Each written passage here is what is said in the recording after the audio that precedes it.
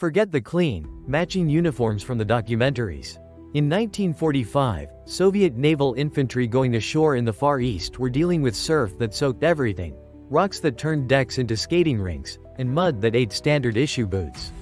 Regulations demanded uniform footwear, inspected and issued through supply channels. Frontline reality didn't care. Men wore what kept them upright, quiet, and moving, even if it was wrong. These are the 7 banned boots Soviet naval infantry used in 1945 landings. Number 7. Japanese tabi.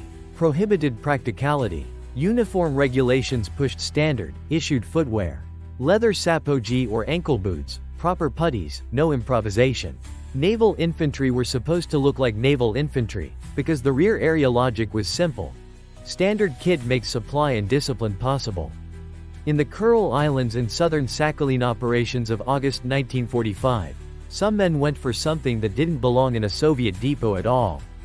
Captured Japanese tabi. Split-toe cloth footwear, light on the foot, quiet on wet rock.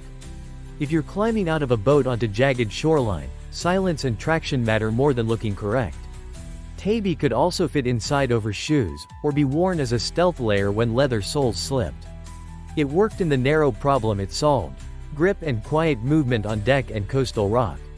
But cloth is honest. It soaks. In cold surf and wind, wet feet stopped being an inconvenience and started being a medical problem.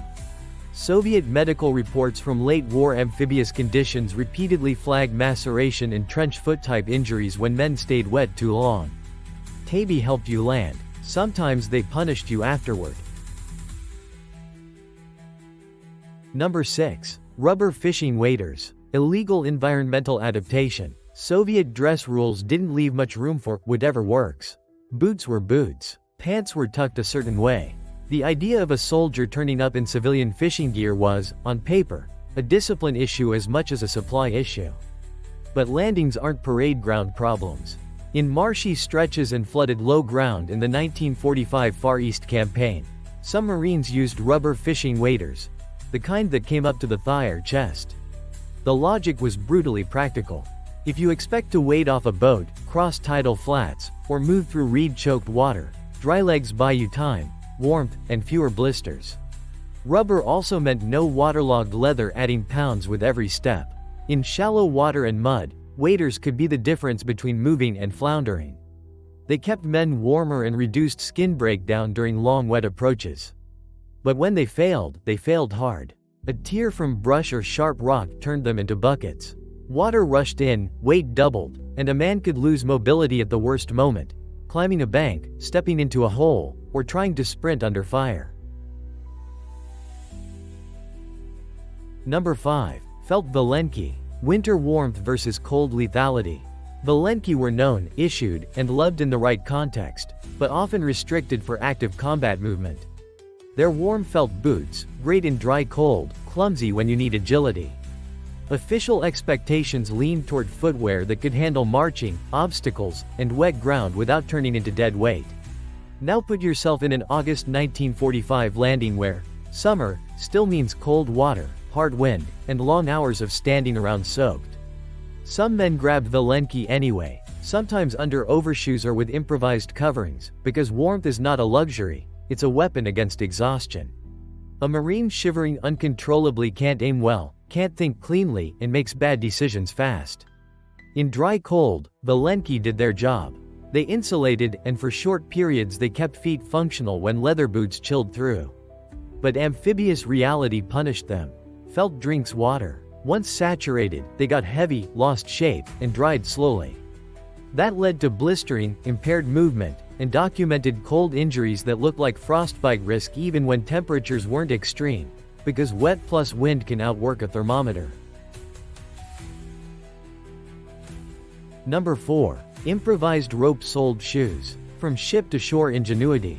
Naval units had regulations for shipboard dress and landing gear, and they assumed issued footwear would be good enough. The problem is a wet deck under load. Salt spray, oil, and hurry turned metal into something close to ice. A fall on deck doesn't just hurt you, it takes you out of the loading cycle. So some sailors and Marines got clever. Rope-soled shoes, improvised from available cordage and scraps, showed up as a traction fix. The sole was the point. Rough fiber biting into wet surfaces where smooth leather slid.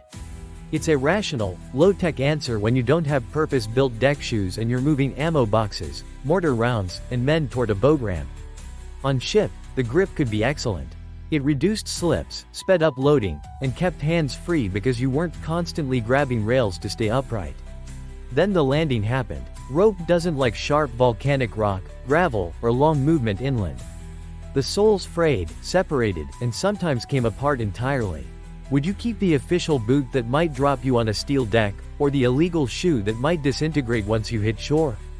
Before we move on, if you were stepping off a boat into cold surf, would you bet on traction or waterproofing? Tell us what you'd pick and why.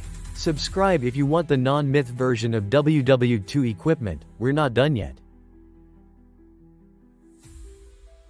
Number 3. Cut down sapogee. When the standard boot becomes a liability. Regulations assumed a tall boot for a reason. Standard sapogee were meant to seal with puttees or trousers, keep mud out, and protect the ankle and shin. Modifying issued kit wasn't fieldcraft.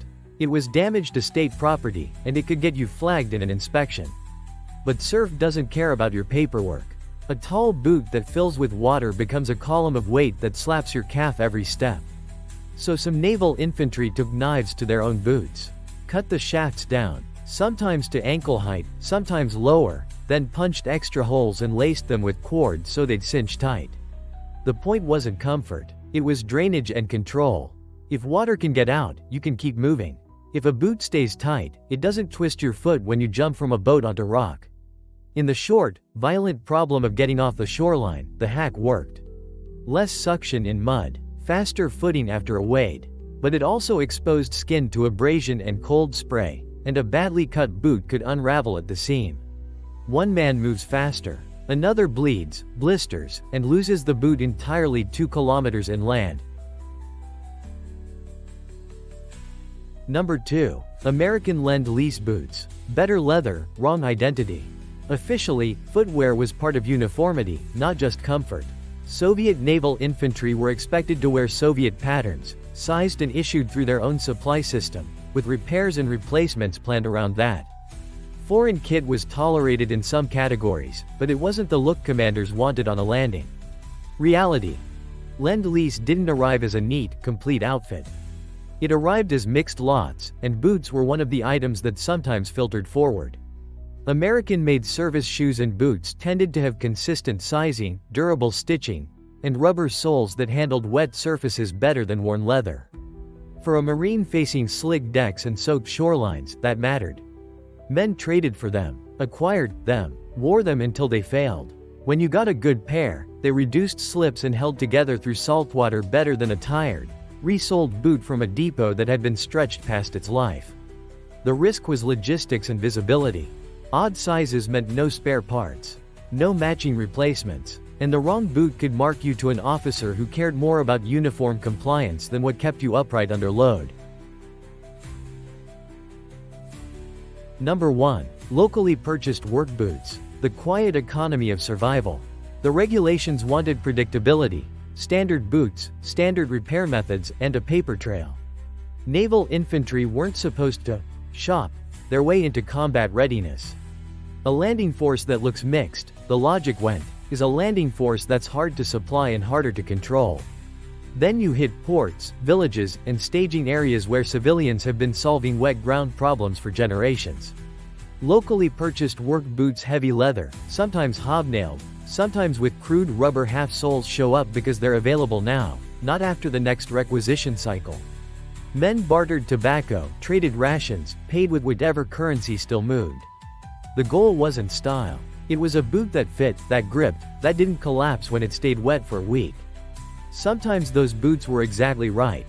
Thick uppers that resisted abrasion on rock, tough soles that took punishment, and a fit that reduced blistering on long walks inland. Other times they were a trap, cheap leather that split at the toe, nails that telegraphed noise on deck, or soles that turned slick with algae. The same solution could save one man and sabotage another. All of this points to the same gap. Institutions designed for averages, Standard sizes, standard conditions, standard behavior. Landings punish averages. They forced personal math: weight versus warmth, traction versus silence, uniformity versus the next 10 meters of ground. If you want World War II history without simplification or mythology, subscribe.